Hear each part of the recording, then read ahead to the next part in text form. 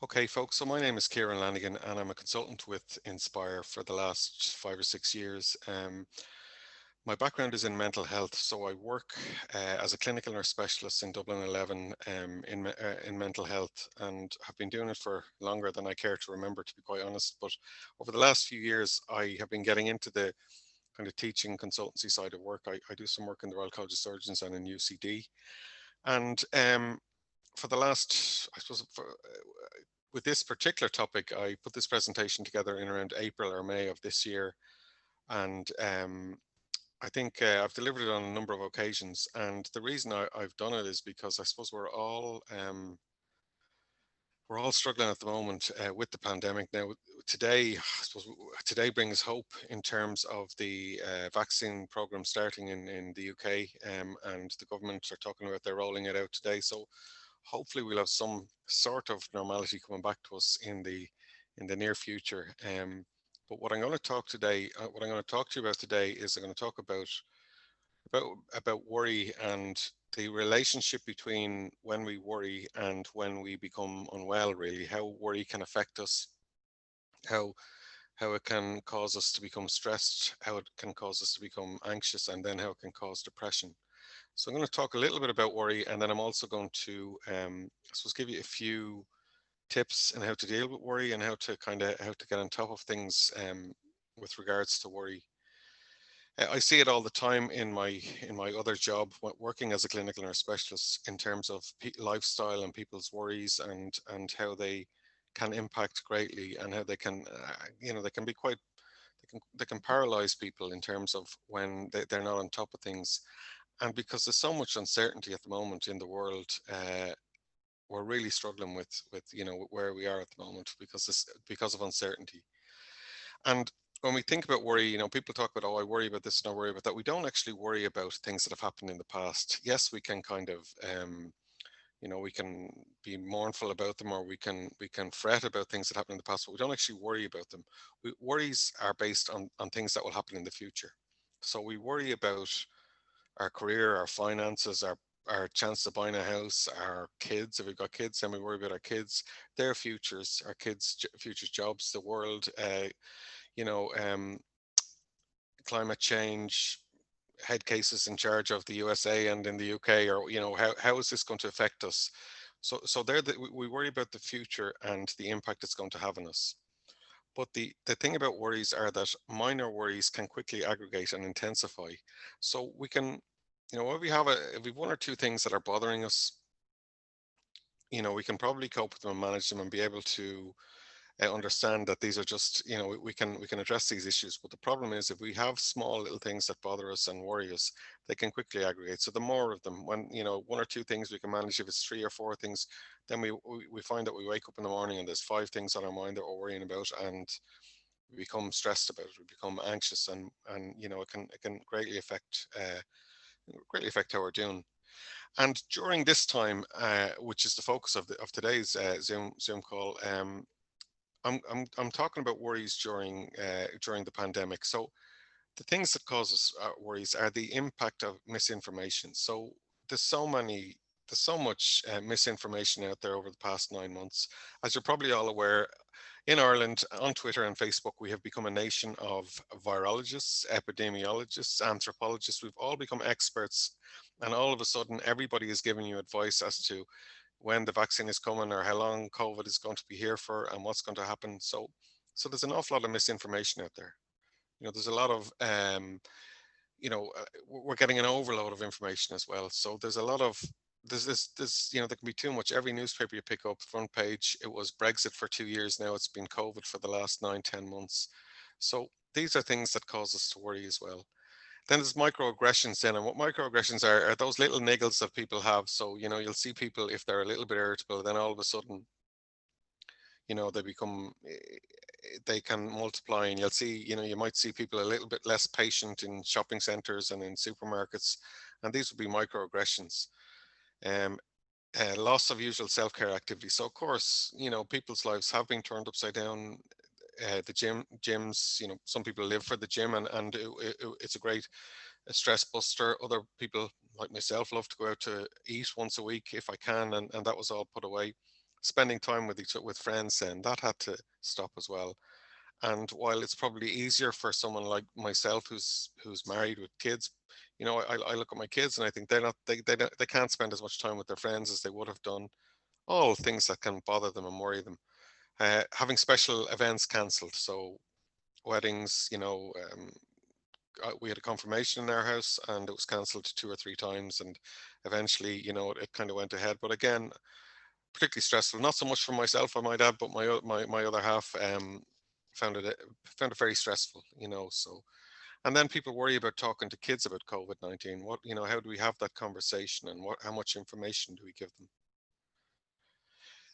The I mentioned the media then, so the overload of information. The media are invested in making profit through viewership and clicks. So it's in their interest.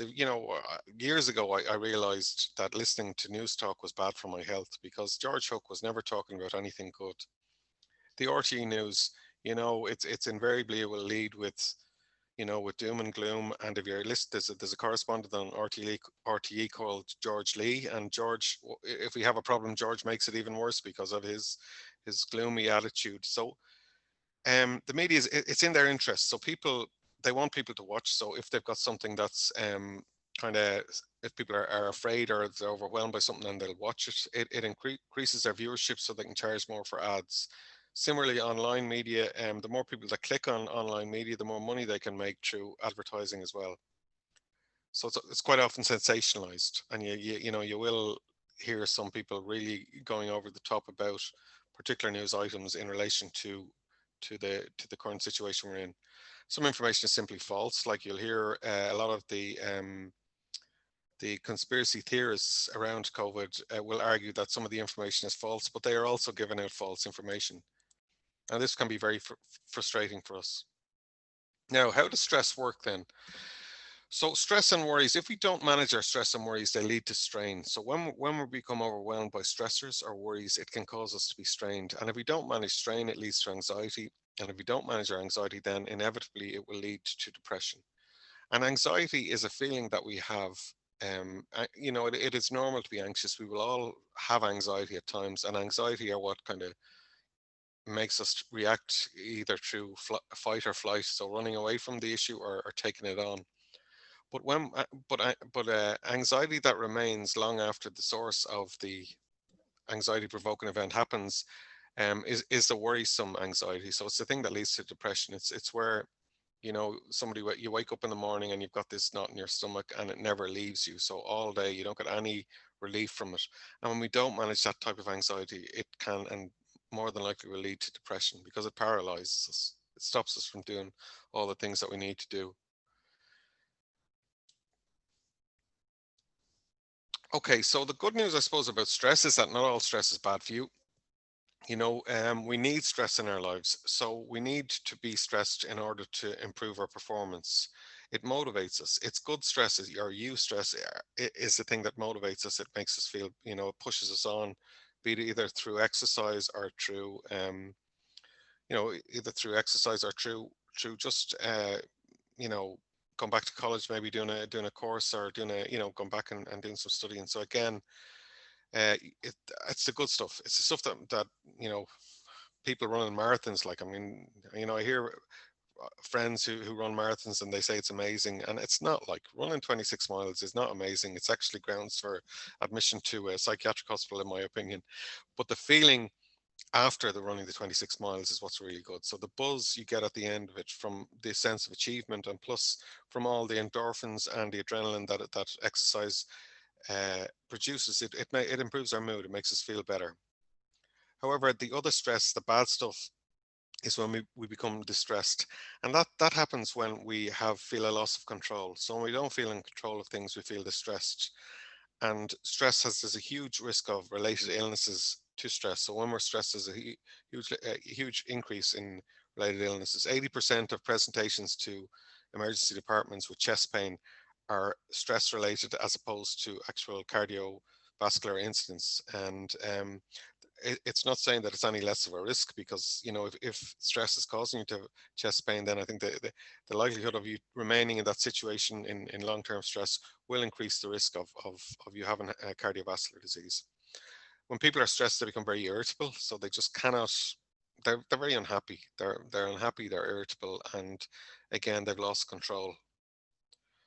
There's a good example for those of you who likes graphs here. I really like this graph, and if you look at the graph, we've got the X and Y axis here. So performance on the X and the tension and arousal and anxiety on the Y. So we need to have a little bit of tension. We need to have a little bit of arousal in order for our performance to improve. So these guys here, so the guys here at the bottom with no tension, no arousal, no anxiety, there's zero performance.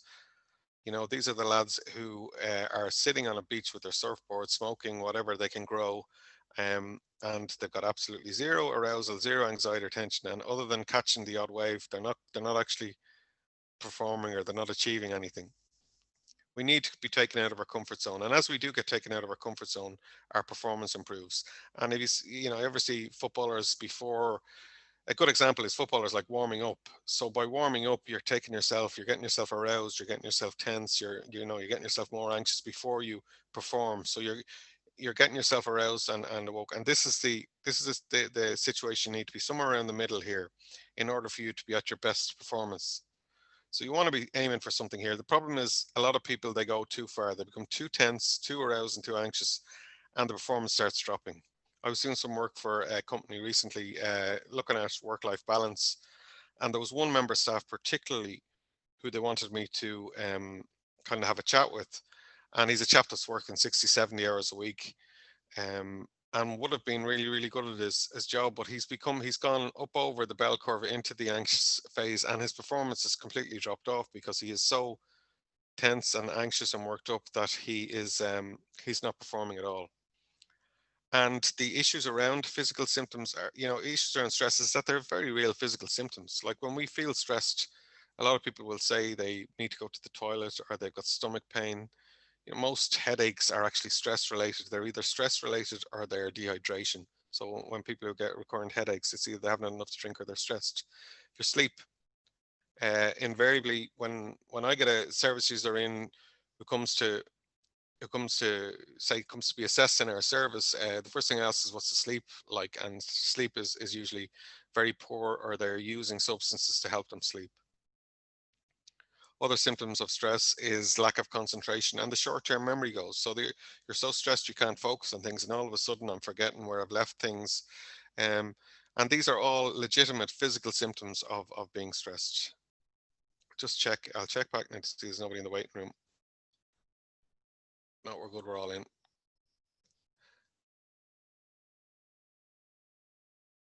Okay. So yeah, so we talk about worry chain, and I put this worry chain together specifically in relation to coronavirus, and from a personal example, I'll give you. I worked from March to July of this year. I was working in Crow Park, and if any of you were in getting tested for coronavirus under the Cusack stand, I would have been the guy in the high vis jacket. I was a clinical lead in there, and I remember.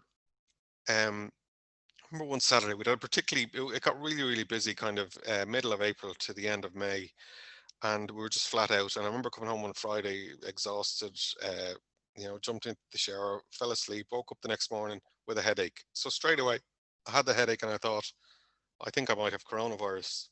I've definitely got it at this stage. I've been working here since March. I've surely got it. And then I'm thinking, did I pass it on to everyone when we were having our lunch yesterday? Oh no, everyone's at work is going to have it. And then I was obviously talking to my wife and kids when I came home. Have I given it to them? And before you know it, you're getting into the worry chain goes from having a headache to apocalyptic situations. And that's what happens. That's what happens to people when they cannot manage their worries. So, whereas what happened with me was, okay, I have a headache, thought it was coronavirus. Maybe I passed on to somebody at work. Okay, what can I do? I'll go downstairs and I'll take 2 soluble paracetamol. And actually, the headache was that I was just dehydrated, wrecked. My headache went. I didn't have coronavirus, and I was able to break the worry chain. And it can be a number of things. I've just used coronavirus because we're talking about how we are in the pandemic, and it can happen at any time. If you just even contemplate it yourself, when you have been very worried, very stressed with something, the original source might have been, it might have been somebody spoke to me in work, or we know there's challenges ahead in work. Oh my God, I'm going to lose my job. We're going to lose our house. Kids are going to be destitute. But instead of allowing the worry chain to go like that, okay, let's be realistic here. What can I do about this? Yes, this is out of my control. The world economy is out of my control at the moment. So there's no point in me worrying about it. And I'll talk to you a little bit about real worries and hypothetical worries. And yeah, so some of the physical symptoms there, so some of the physical symptoms we have of worry, I mentioned about physical things like we're tense, we've got aches and pains, restlessness, inability to relax, difficulty in concentrating, difficulty sleeping, feeling easily fatigued. And a lot of us will relate to these symptoms from time to time when we're over worrying or overstressed.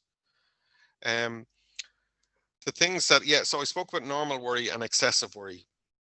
And the things that trigger worry and anxiety are three things that are really relevant to how we are at the moment. So up until probably December of last year, this time last year, there was a few cases of this virus kind of popping up in China, and so we've no experience of it, and nobody living now has got any experience of a pandemic to fall back on. The last world pandemic, the last pandemic we had was in between 1980 and 1920. It was the Spanish flu, and so obviously anyone that was around back then are no longer around. So we have no experience to fall back on. Other major things that happen kind of during life are we've had a 2007, 2008, 2009. It was a pretty rough time for people in terms of the economy. So people lost their jobs because we went into a recession. But we kind of knew as well at the same time, okay, recessions are cyclical. And sure enough, within 7 or 8 years, the economy was back rolling again. But we've never had the experience of COVID-19. We've never had the experience of a pandemic. It's open to interpretation. Here you go. So that's where all the experts come. It's again, as I say, we are a nation of epidemiologists all of a sudden, and anthropologists. So everyone can have an opinion and everyone can interpret what they see. The biggest worry back in March, April, I think you probably relate to, was when we were looking at what was happening in northern Italy, where they were completely overwhelmed. The hospitals back in northern Italy, where they didn't have enough room in morgues for some of the people that had passed away from COVID, so they were moving them. And I remember looking at one news clip of like army lorries removing bodies from one part of Italy to the next. And I mean, sure, that would drive you, like getting your head around that and thinking, is this what's down the road from us? It caused huge stressors and huge worries for us all. It's still unpredictable. We still don't know how things will turn out. We don't know yet. The vaccine is coming out. Thankfully, it's been rolled out. And I'd be very optimistic that we will be on top of this. And this time next year, while I don't think we'll ever, I think some of the infection control measures will stick with us for a long time. I do think that some sort of normality in life will, in terms of travel and meeting people and being out and things like that, will return to normal. But it's still a little bit unclear. So I think you probably all agree that that's kind of familiar, that that's how things have been for the last while. And just so the normal, again, going back to the normal worry, is when we have excessive worry, it leaves us feeling demoralized, upset, or exhausted. It's the helplessness. There's nothing we can do about it when we're over worried. It gets in the way of living the life that you want to lead. Whereas normal worry is the stuff that it's a bit like the eustress normal worry. We It gets us, if we don't worry about things, we'll never address them. So it helps us get what you want. So, you know, is it a financial, I need to sort out my finances. I'm worrying about my finances. Okay, so what do I need to do? And it could be I'll write down everything I spend for a month, and then I'll be able to get on top of my finances. You know, Physically put on a few pounds. I don't feel good about this. Am I heading towards type 2 diabetes? What can I do about it? Normal worry. What can I do about it? Okay, I can maybe get a bit more exercise in, get 10,000 steps, start watching what I'm eating, and it helps me solve the problems. The other stuff is the other worries are the stuff we can't control, and it leaves us demoralized and stops us from living our real life. And again, real worries against hypothetical worries. So the real worries are that we need to look after those around us. So back in the day when the schools were closed, and even, our we need to sort out what's going on with our kids. We need to sort out things, we need to sort out things in work, whether we can work from home, or these were all real worries. And we managed them. Like we did get on top of things. And other real worries were that maybe we don't have enough food in the house to last more than a few days. Okay, we need to sort that out, get a shop done, get food delivered or whatever. We need to sort these things out. Whereas the hypothetical worries, the ones that we worry, the future worries that we have, are the worries down the road, is what if I lose my job and end up destitute? And I'm young and healthy, but what if I end up on a ventilator? These are hypothetical worries that will all creep in. We will have things like this creep into our heads every so often, but it's being able to actually differentiate between what's kind of real worries and what are possible worries, but hypothetical and in the future. So again, getting that balance right. Um, so I really like this decision tree or worry tree or decision tree, whichever you like to call it. I think you could nearly take a copy of this and pin it to your fridge, or pin it to your desk at home, in a way of dealing with worry. It's a really good way of kind of deciding what is something I can do something about and what isn't something I can. So first of all, sit down and decide, what am I worrying about? Is I'm worrying about um I'm worrying about my finances. Okay, is this something I can do something about? Yeah, it is a problem. Okay, or I'm worrying about Donald Trump, whatever, in the UK. Is it something I can do anything about? No, it's not.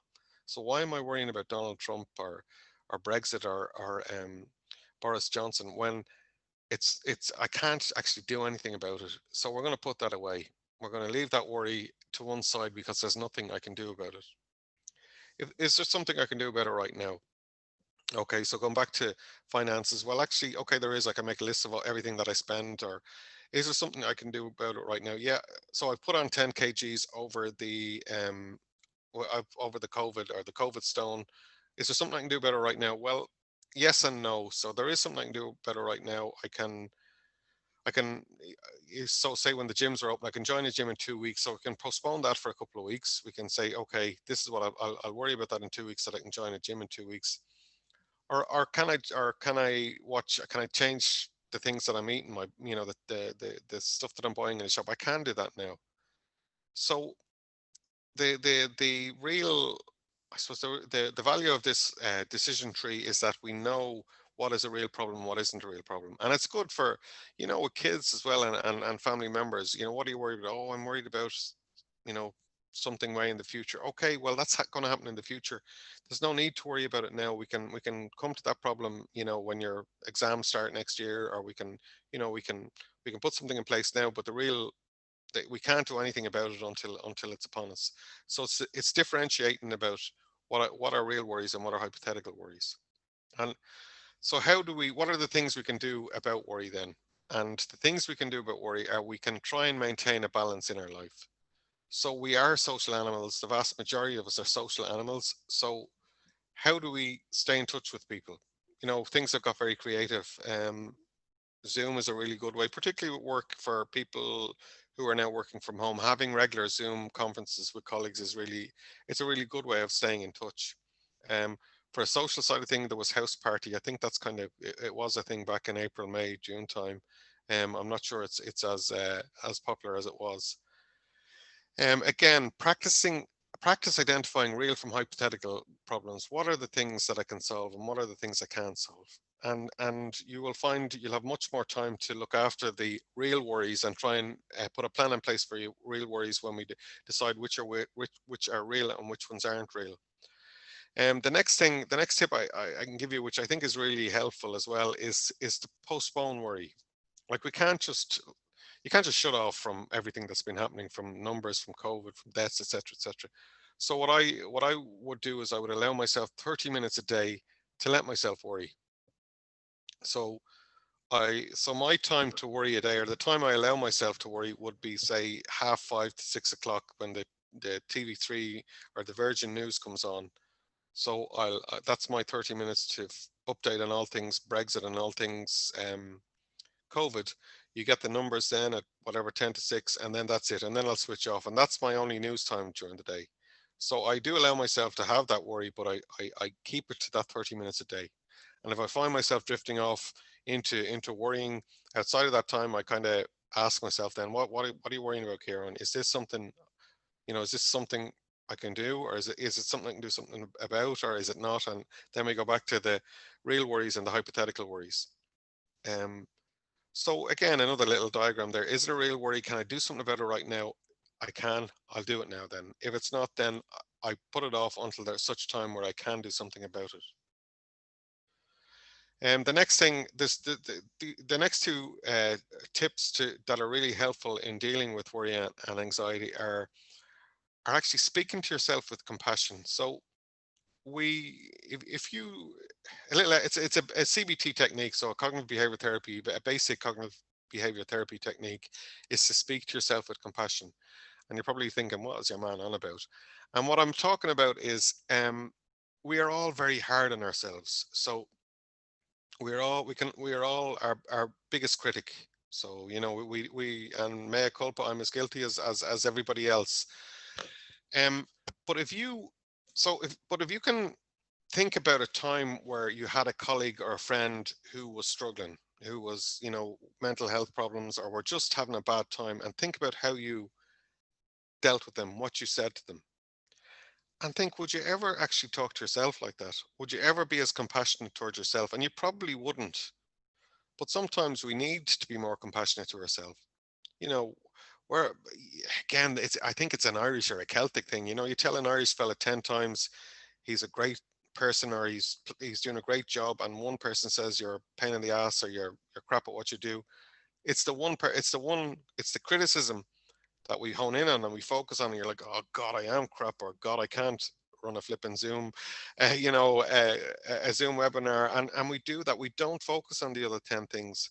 I've met Americans that you could tell him 10 times he's an awful idiot, and then once he hears one compliment and that's him, he's walking 6 foot tall. Like, so sometimes we have to try and treat ourselves with some compassion.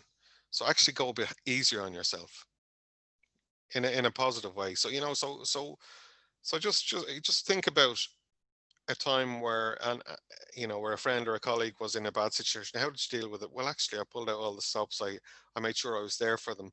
I focused on the really positive things that they have, and we don't accentuate our own positive our own good characteristics. We don't do it. Like how many times have you gone for a job interview, and you're racking your brain to think about what you're good at, or what are the things you're good at. Yeah, if you ask a colleague, they'll say, actually, Kieran, you're brilliant at XYZ, and you take it on board, but you don't, you take it on board, but it's hard to retain that, because I don't know, I think going back to being Irish and being hardwired, we're kind of being full of yourself is probably, it's something that you grow up thinking, oh, that fella's full of himself. Like, so we tend to avoid being good to ourselves, or taking on positive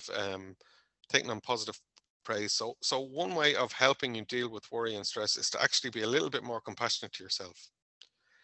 The other thing is mindfulness, and mindfulness has been around for a couple of thousand years. It's only kind of over the last 20 or 30 years, it's become more and more on vogue, because it works. It's a technique that really does help, and I try to do it for 10 minutes every day.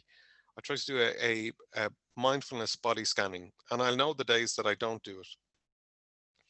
And just for those of you who might have tried mindfulness, and it hasn't worked, or you thought, oh, I tried that but it didn't work, there's a guy on YouTube called John Kabat-Zinn, and if you Google him and watch some of his talks, he's really good, because he allows you to understand that it's okay to fail. So the problem people have with mindfulness is they sit down and they try and be all mindful, and then all of a sudden they can't follow the exercise, or they can't do the body scanning, or they can't it doesn't work. And then you just go, you know what, this doesn't work. I'm no good at this. I'm going to give it up. But I started doing it when my daughter is 12 now. So when she was about 4 or 5, any who've got kids, when you sit down and read them a book before they go to sleep.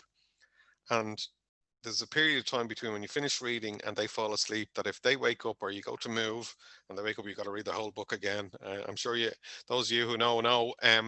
So I used to use that time to do a kind of body scanning exercise. I put earphones in, and it's just basically allowing you. So what body scanning does, for those of you who don't know, is it just allows your whole body to relax. So you start kind of working on your extremities, you start working on your toes, and you work all the way up to your body, and it just loosens things up. It kind of helps you to relax. And we're probably all tensed at the moment. For those of you who are on, you know, you kind of think about the way you're sitting, your legs are probably crossed. Some of you might have your arms crossed. You know, sometimes your fists are clenched. You might be leaning forward, your shoulders. So what it allows you, what a body scanning exercise does, it allows you to actually relax all these things, to kind of, you know, to be aware of where you're stressing, or where you're you know, you're tensing up. So again, it's a good way of helping deal with your worries and your stresses. um Again, it doesn't work all the time, so don't be hard on yourself if it takes you a few times for the mindfulness session to work. So the other things you can do: get out and about. You never feel worse from getting out for a walk. If you've got a dog, go walk a dog around the block. If you haven't got one, your neighbor has one, ask, can you walk the dog? I'm sure they'll only be too happy. So getting out, things, you know, an activity menu is really can be really helpful. What are the activities I'm going to try and do this week?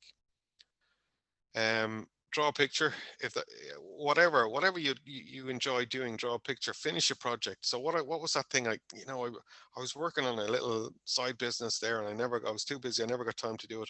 Have I got the time to do it now? Take up a hobby.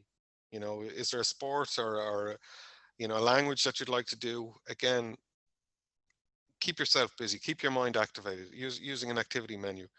Allow yourself to daydream. Meditate as well. I mentioned mindfulness. Praying can be people can find great solace from praying. Reflection, again, you know, again, that's something that we're teaching student nurses all the time about: reflection, reflection, reflection.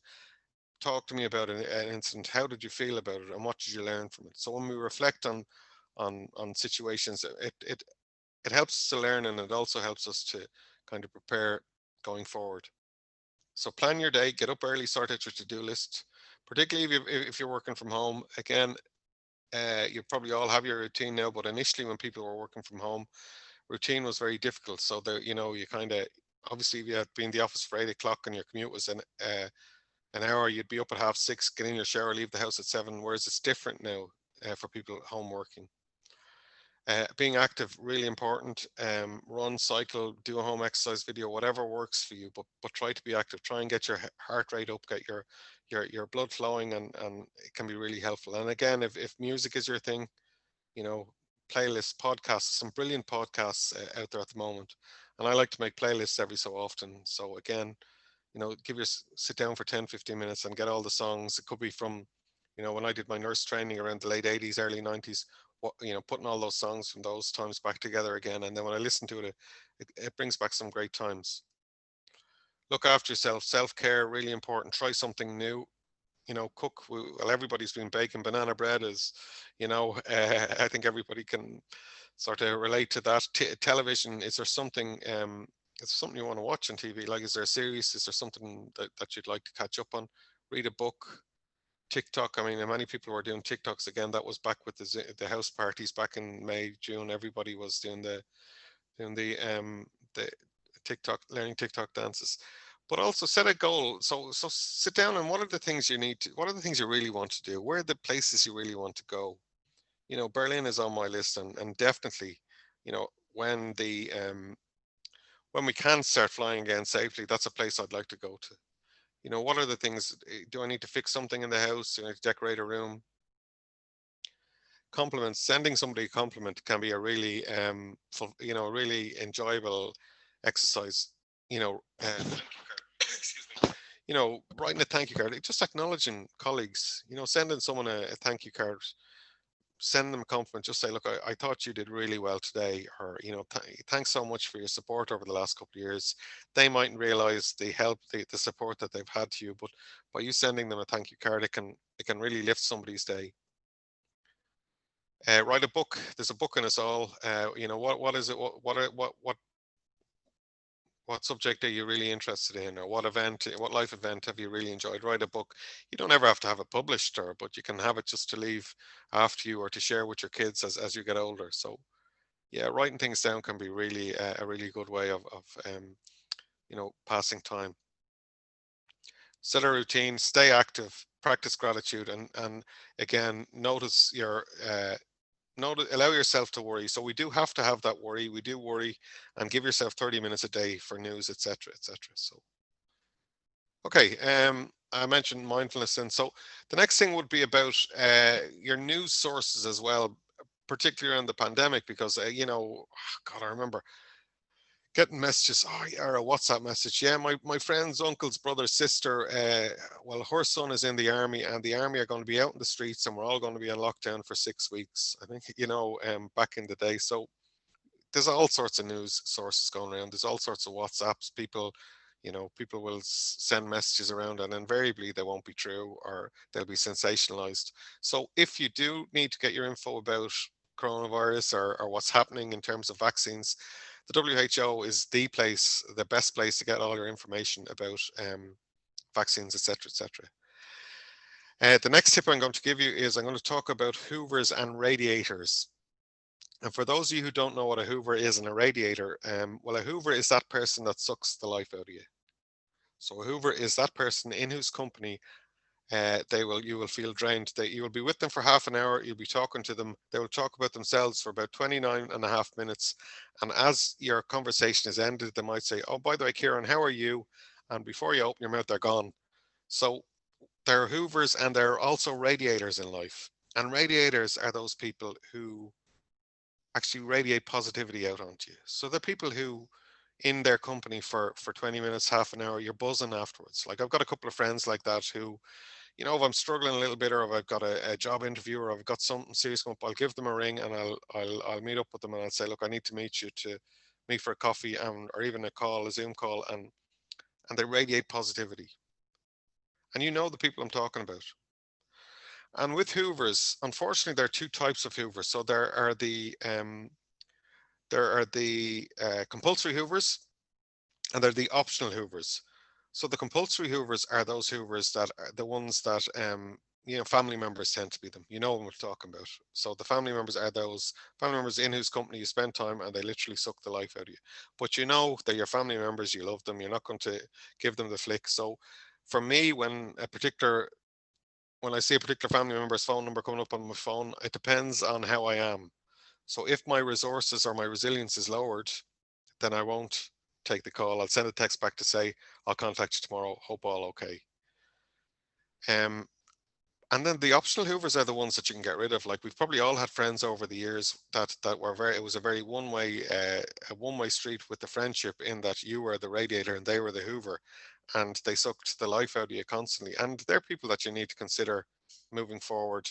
Do I want this person? Do I need this person to be in my life? And if it's a very negative thing, or if you find that when you're in their company that it doesn't do you any good, or there's no benefit from it, then I would suggest putting boundaries in place with them, or else removing them from your your, your social circle. So hoovers and radiators, write that down when we're done here today. Write down, who are the hoovers in my life and who are the radiators. And if you find that you only have radiators in your life, I think I have a little secret for you. You're probably on the right hand side there. You may well be a hoover. So again, but all jokes aside, people can, you know particularly in these times, people can be very draining, and they can, if you take on somebody's worries and anxieties all the time, it will have an effect on you. It will drain you, and you need to find outlets for that. Um, so COVID and children then, and this is a question that I get asked a lot about children and how they deal with COVID. And Jigsaw and the ISPCC have come up with a brilliant reading guide around COVID. It's called, the link is there on the, it's called Mind Yourself. And there's about, I think, 70 or 80 different books that for all ages of children, and it's a free access. You click on the link, and it will give you all these different books that kids can read about looking after themselves. And it's not just COVID, it's about kind of all sorts of, life challenges that they can read about and prepare themselves for. And it's a really good way of giving children resilience, for their well-being. And the tips then when we have children. So when our children, children around us are struggling and they could be anxious, the things that we need to be enforcing to them is that, you're not alone. So you let them know that we are here for you. You're not alone, that talking makes them stronger. So when we talk about something, it makes us stronger. When we hold something in, it can affect us. But when we can get it out there and talk about it, it definitely makes us stronger. Positivity, again, trying to keep things positive all the time. If we are negative, if there's a lot of negativity among parents, then that can feed back onto children. And you will see kind of families where the parents can be a bit negative. The kids tend to be a little bit negative too. So trying to keep things positive, allowing kids to express themselves, really, really important.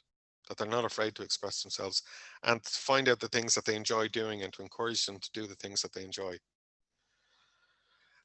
And then to finish up, I suppose I've got a quote of Mark Twain's that I would use a lot. And Mark Twain's quote is that what if, what if? So the things that we worry about, often the things we worry about are things that have never happened and that never will happen.